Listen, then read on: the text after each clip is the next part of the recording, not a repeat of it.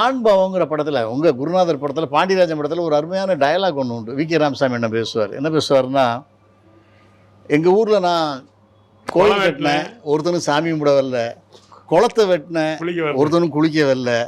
பள்ளிக்கூடம் கட்டினேன், ஒருத்தனும் படிக்க வரல. ஒரு சினிமா கொட்டகையை திறந்தேன், ஊரே திரும்பி வந்துட்டாங்க.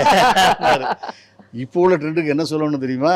நான் வந்து டைரக்ட் பண்ணேன், ஆர்கே செல்வமணி என்ன மாதிரி ஒரு 100 நாள் 200 நாள் படம்லாம் நான் கொடுக்கல, ஒரு 50 நாள் படம் மாதிரி ஒரு ஆவரேஜாக தான் கொடுத்தேன். பார்க்க பெருசாக ஆள் வரல.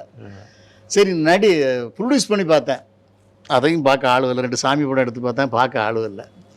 சரி நடிக்கலாமேன்னு பார்த்தா அதுக்கும் சரியான கேரக்டர் வரல.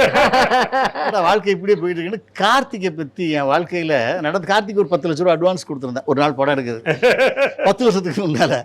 சரி அவர்கிட்ட அந்த கொடுத்தும்போது உள்ள சம்பவம், திரும்பி நான் வாங்கும்போது உள்ள நடந்த சம்பவத்தை ஒரு பத்திரிகையில் பேட்டியாக கொடுத்தேன். அது வைரல் ஆயிடுச்சு. நான் எப்படி ஏமாந்தேன், அவர் என்னை எப்படி சமாளிச்சாருங்கிறத நான் சொன்னேன். உலகமே திரும்பி பார்க்குறாங்க. கௌரவம் கௌரவம்னு என் கௌரவத்தையே ஆரம்பிச்சிட்டீங்களா?